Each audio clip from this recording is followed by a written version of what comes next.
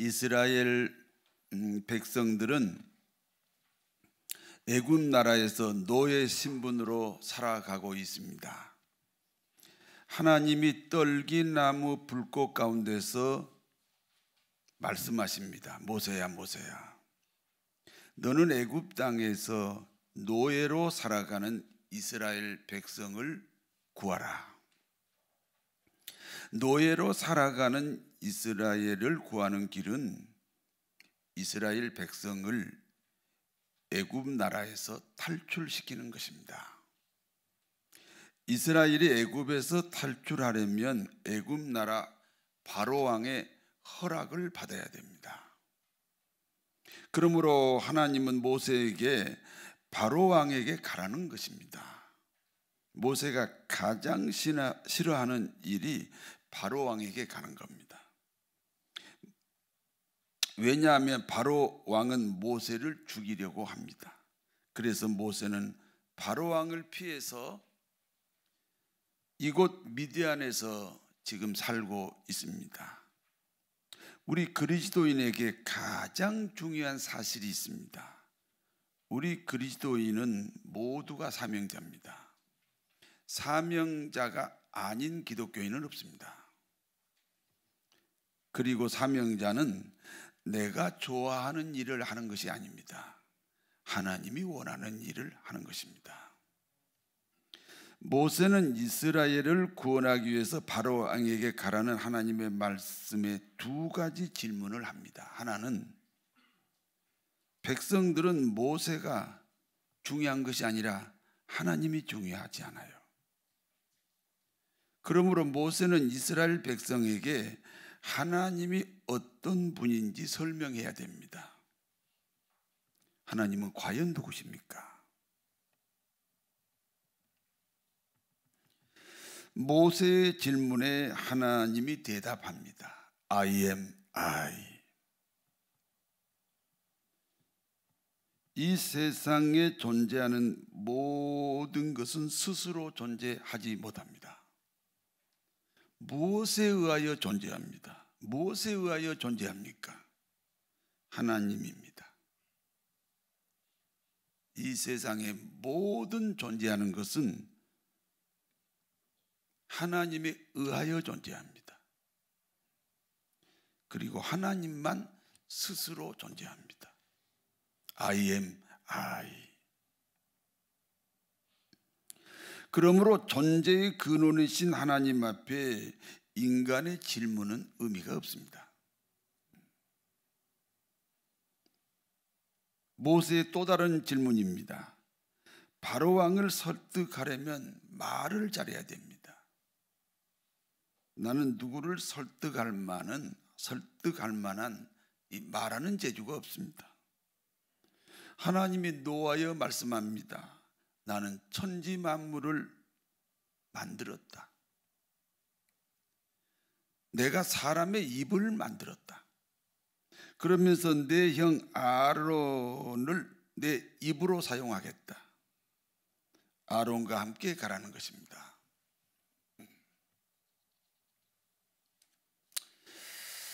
사명자 모세에게 세 가지 변화가 있었습니다.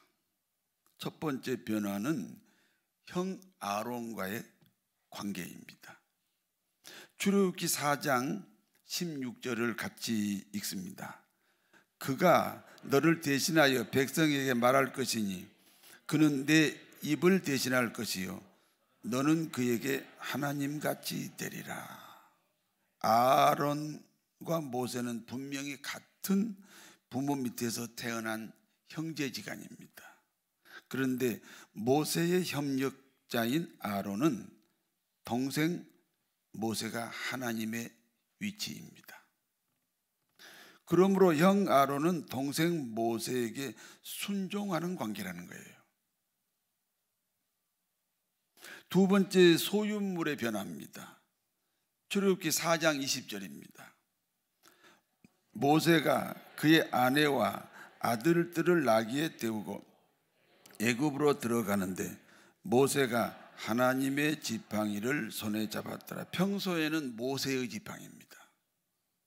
그런데 사명자가 되니까 사명을 지금 진행하는, 사명을 지금 감당해야 되기 때문에 그때는 모세의 지팡이가 아닙니다. 하나님의 지팡이입니다. 그 지팡이로 홍해도 가르고 그 지팡이로 반석에서 물이 나오게도 하였습니다. 여러분의 소유물이 하나님의 소유물이 되시기를 바랍니다. 세 번째 변화는 바로왕과 모세의 관계입니다. 출애굽기 7장 1절을 같이 읽습니다. 여호와께서 모세에게 이르시되 볼지어다 내가 너를 바로에게 신같이 되게 하였은즉 내 형 아론은 내 대언자가 되리니. 사명자 모세는요 바로왕 앞에 하나님이 됩니다. 보이는 세상은 바로왕의 권력입니다. 그러나 보이지 않는 세계는 모세가 바로왕의 하나님이라는 거예요. 그러므로 세상을 두려워하지 말아야 합니다. 사명자는 세상 앞에 하나님처럼 사는 겁니다. 드디어 모세가 바로왕에게 갔습니다. 모세가 바로왕에게 말합니다. 출애굽기 5장 3절을 같이 읽습니다. 그들이 이르되 히브리인의 하나님이 우리에게 나타나셨은즉 우리가 광야로 사흘 길쯤 가서 우리 하나님 여호와께 제사를 드리려 하오니 가도록 허락하소서. 여호와께서 전염병이나 칼로 우리를 치실까 두려워하나이다. 우리가 광야로 3일 길을 가야 한다. 우리가 3일 길을 광야로 나간 후에 우리 히브리의 하나님 여호와께 제사를 드려야 된다. 애굽은 바로왕이 통치하는 땅입니다. 바로왕은 세상 임금입니다. 바로왕은 사단 마귀를 상징합니다. 이스라엘이 하나님께 제사를 드리면 하나님이 통치하는 백성이 됩니다. 그러므로 하나님께 제사를 드리는 순간 실상은 이스라엘이 애굽을 떠나는 겁니다. 사랑하는 성도 여러분, 코로나 시국이라는 핑계로 예배를 드리지 않으면 애굽 땅에 사는 사람입니다.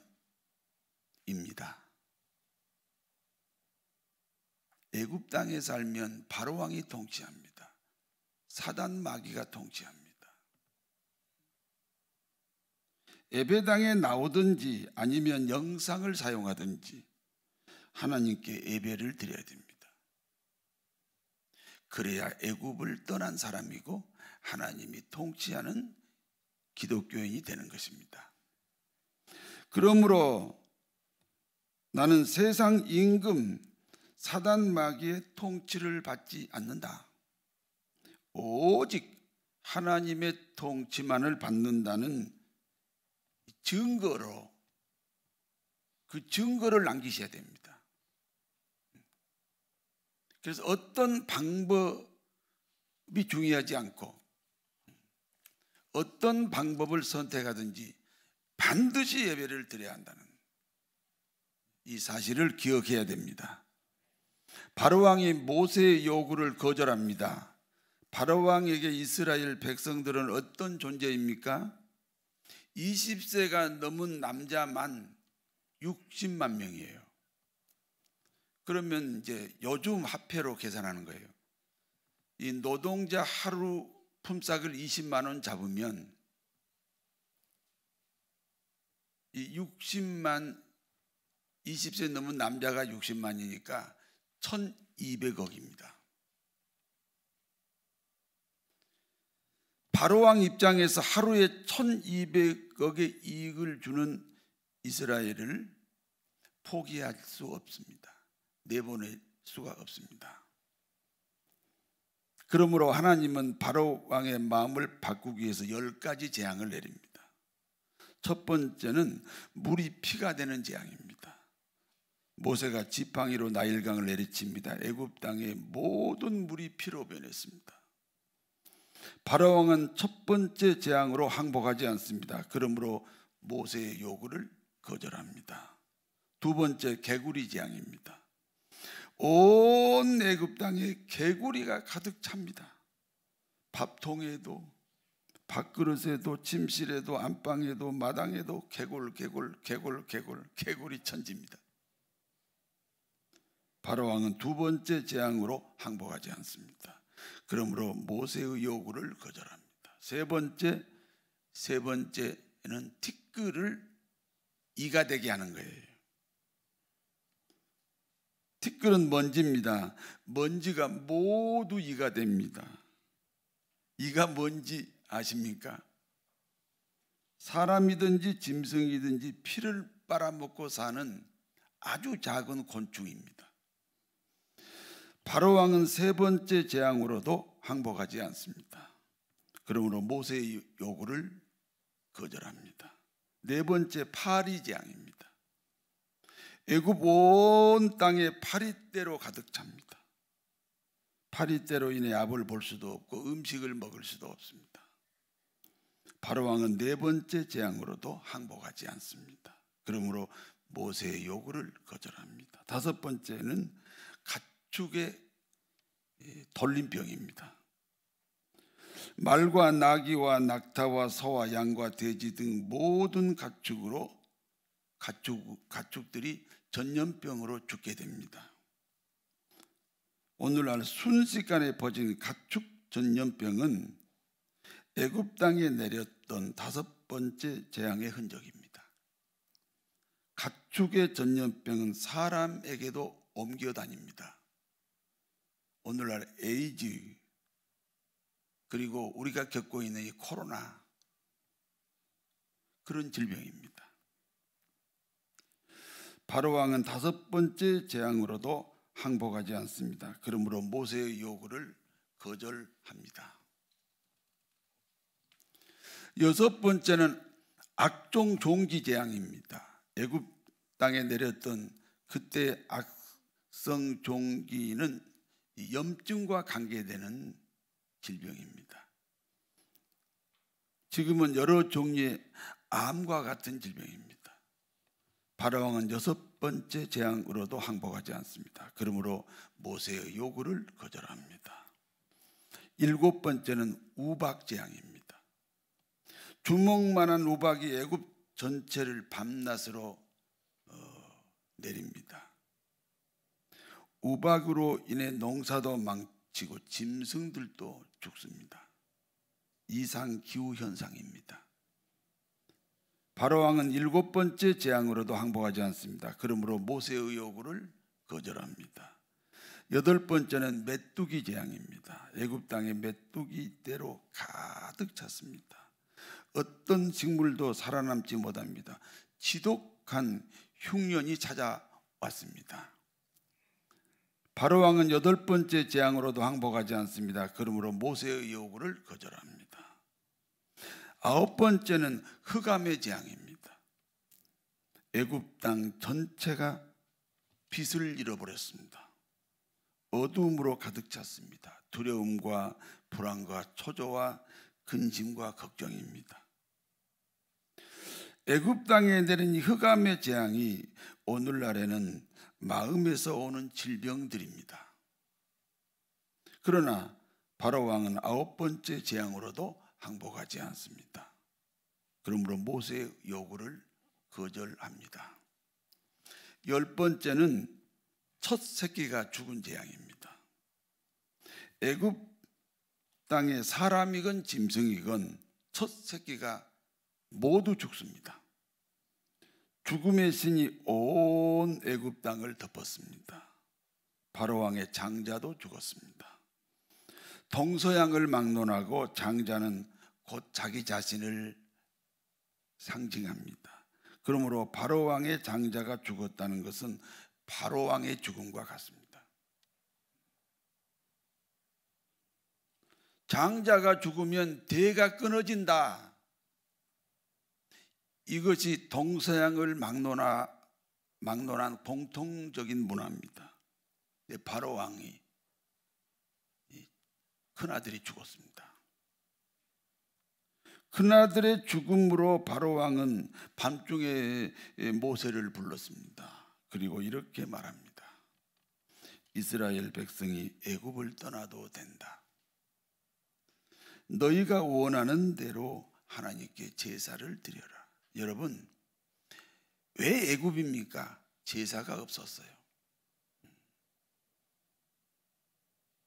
너희가 애굽을 떠나라. 그리고 너희 하나님께 제사를 드려라. 너희 모든 재산도 함께 가지고 가도 된다. 다만 나를 위하여 축복하라.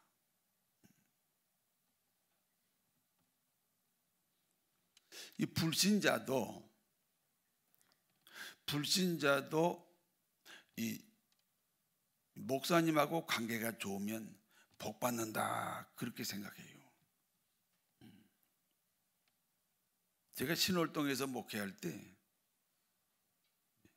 어느 식당에 가든지 밥값을 안 받아요. 왜 밥값을 안 받으세요? 아유, 신월교회 목사님이잖아요. 어느 교회 다니세요? 난 절에 다녀요. 그래도 목사님에게 밥값을 안 받아야 복 받는다는 생각을 합니다. 바로 왕이 이스라엘 백성을 그 애굽 땅에서 나가는 걸 허락하면서 내게도 좀 축복해 달라.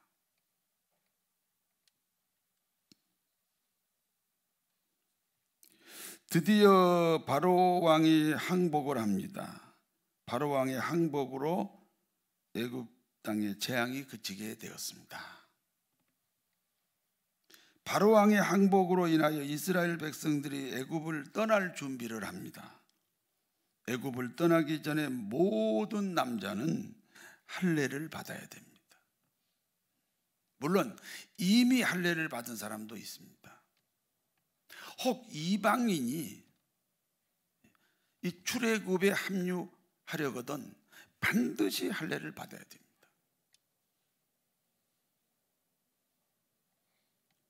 할례는 세상과의 관계를 끊고 하나님과 연결한다는 의미를 가지고 있습니다. 그리고 모든 백성은 무교병을 먹어야 됩니다. 누룩이 들어가지 않는 빵을 무교병이라고 합니다. 무교병을 먹으라는 것은 장거리 여행을 준비하고 또 애굽 문화도 이방인의 문화도 버려라, 그런 교훈입니다. 이스라엘 백성들이 애굽을 떠나기 전날 밤입니다. 양을 잡고 양고기는 구워 먹었습니다. 삶아 먹는 게 아니라 구워 먹었다. 익혀지는 게 구워 먹으면 불하고 직접 만나지만 삶아진다는 것은 이 불하고 간접적으로 만나잖아요. 우리는 다른 사람의 영향권으로 예수 믿는 게 아니고 우리는 성령의 감동으로, 성령의 은혜로 우리는 신앙 고백하고 예수를 믿는 줄로 믿습니다. 양을 잡고 그 고기는 불에 구워 먹어라. 양의 피는 문설주와 임방에 발랐습니다. 애굽 땅의 10번째 재앙인 죽음의 신이 지나갈 때 양고기를 먹고 양의 피가 문설주와 임방에 발라진 집에는 그 죽음의 신이 들어가지 못합니다.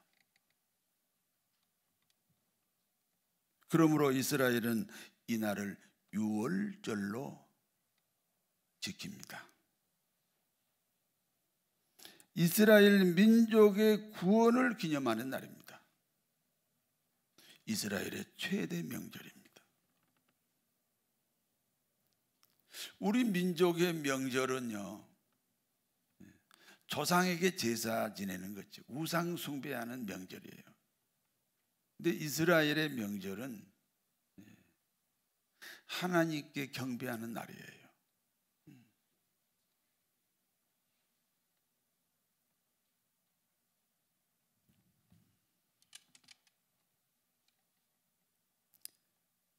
우리도 이 한국이 가지고 있는 이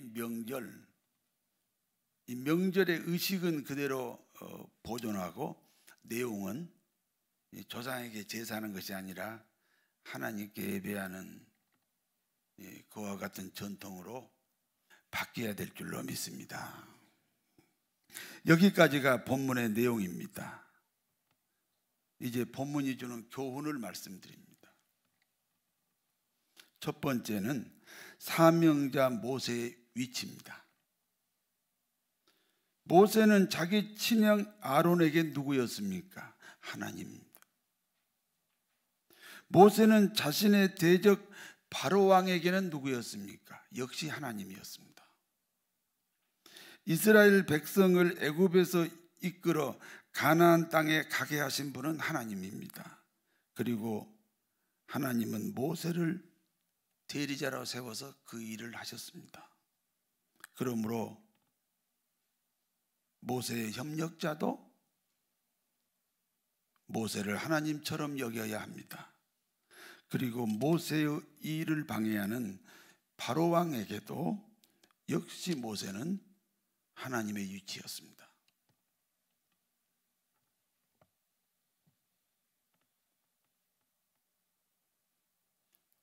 여러분, 사람을 높이라는 얘기가 아닙니다.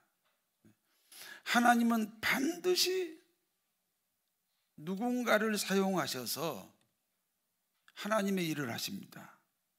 성도 여러분을 예수 믿게 하고 그리고 예수 믿는 그리스도인으로 일생을 살게 하고 이 땅을 떠나면 천국을 갑니다.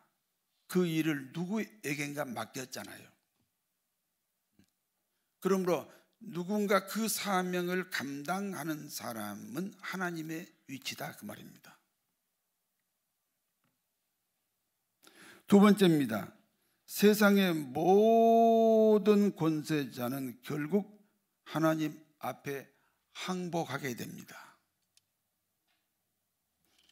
1톤의 1000분의 1은 1kg입니다. 1kg에 1000분의 1은 1g입니다. 1g에 1000분의 1은 1mg입니다. 1mg에 1000분의 1은 1마이크로그램입니다. 1마이크로그램에 1000분의 1이면 1나노입니다. 1나노에 1000분의 1이면 1피코입니다. 1피코에 1000분의 1이면 1욕토입니다. 1욕토에 1000분의 1이면 1팜입니다. 무슨 말인지 잘 모르세요? 계속 쪼개고 쪼개면 가장 작은 단위가 만들어진다, 그런 뜻이에요. 그렇게 쪼개다 보면 사람의 영혼을 잡을 수 있다. 그렇게 해서 영혼의 실체를 찾으면 영혼을 만들어낼 수도 있지 않느냐. 이게 미래과학입니다. 결국 일팜의 시대가 되면 인간도 영원히 죽지 않는 그런 존재가 된다. 그런 상상의 세계가 미래과학이에요. 그런데 이 상상의 세계는 지금까지 항상 이루어져 왔어요. 그러므로 과학과 사상의 발달은 결국 인간이 하나님이 되겠다는 교만입니다. 선악과 사건이 지금도 계속 진행되고 있는 것입니다. 선악과는 왜 먹었습니까? 하나님이 되려고 먹었어요. 그리고 이 하나님이 되려고 하는 이 시도는 인류 역사의 발달과 함께 발달합니다.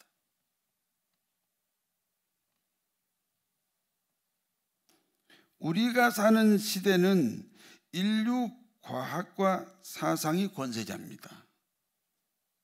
그러니까 애굽 바로왕과 같습니다.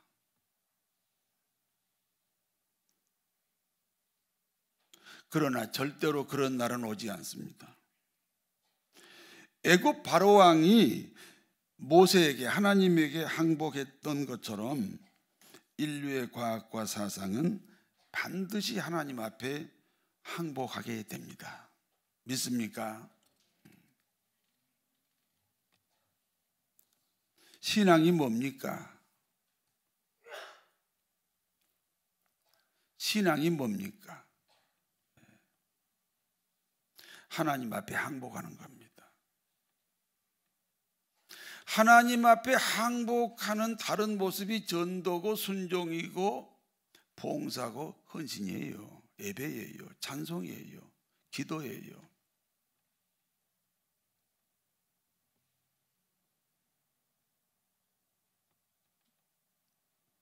주어진 모든 환경은 하나님 앞에 항복하라는 하나님의 메시지예요. 그 누구도 하나님을 이길 수 없습니다. 결국은 항복하게 됩니다.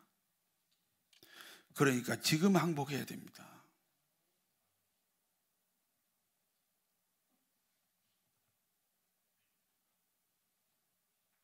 제가 아는 어떤 분이 있습니다. 한국에서 인류대학을 나왔습니다. 기독교 집안이에요. 아버지는 장로님, 어머니는 권사님. 아주 세상에서 잘 나갑니다. 승승장구합니다. 40대에 아무도 이루지 못하는 그런 자리까지 올라갔습니다. 한 5년 전 이야기입니다. 그런데 암이 걸렸습니다. 6개월 시한부가 됐습니다. 병상에서 예수님을 영접합니다. 6개월 시한부가 돼가지고 하나님께 항복합니다. 우리는 다 누릴 때 하나님께 항복해야 됩니다. 그 누구도 하나님을 이길 수 없습니다. 결국은 항복하게 됩니다. 그러니까 지금 항복해야 됩니다. 하나님 앞에 항복하시면 새로운 삶이 기다리고 있습니다. 세 번째, 그리스도인의 정체성입니다. 10번째 재앙 때에 죽음의 신이 애굽 온 땅을 덮었습니다. 그러나 양고기를 먹고 양의 피를 문설주와 문 임방에 바른 집에는 죽음이 들어오지 못합니다. 죽음의 신이 지나갈 때 그때 희생된 양은 예수 그리스도입니다. 예수 그리스도의 십자가의 희생과 그 피가 성도 여러분의 마음의 문설주와 성도 여러분의 마음의 임방에 바르셔야 합니다. 죽음의 신이 예수 그리스도의 피가 있는 인생으로 들어오지 못합니다.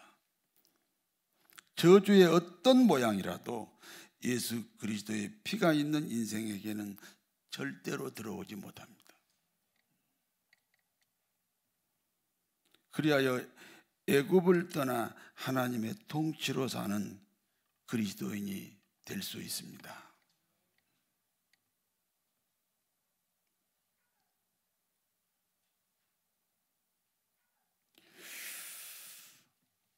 사명자 모세의 위치는 하나님과 동일합니다. 성도 여러분 모두가 다 사명자가 되시기 바랍니다. 세상의 모든 권세는 결국 하나님 앞에 항복합니다. 하나님에게 항복하는 삶이 되셔야 됩니다. 결국은 항복합니다. 항복이 빠를수록 좋습니다.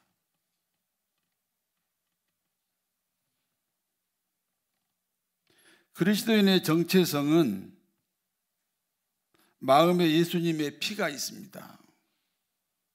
그러므로 죽음을 이기는 영생을 소유하게 됩니다. 영생을 소유한 그리스도인의 삶으로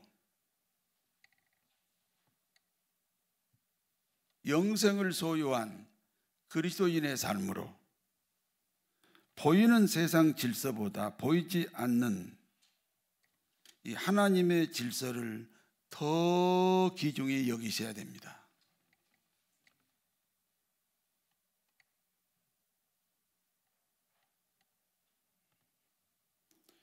그와 같은 삶으로 보이는 세상에서도 승리하시고, 이 보이지 않는 하나님의 질서를 보이는 세상 질서보다 우선시하면 이 보이는 세상에서 성공한다.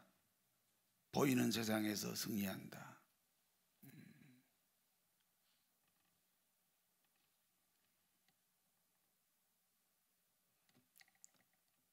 그와 같은 믿음으로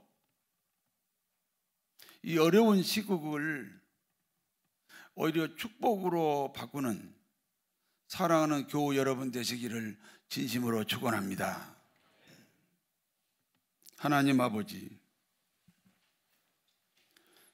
사명자 모세는 협력자 아론에게도 하나님의 자리였고, 걸림돌인 바로왕에게도 하나님의 자리였다는 사실입니다.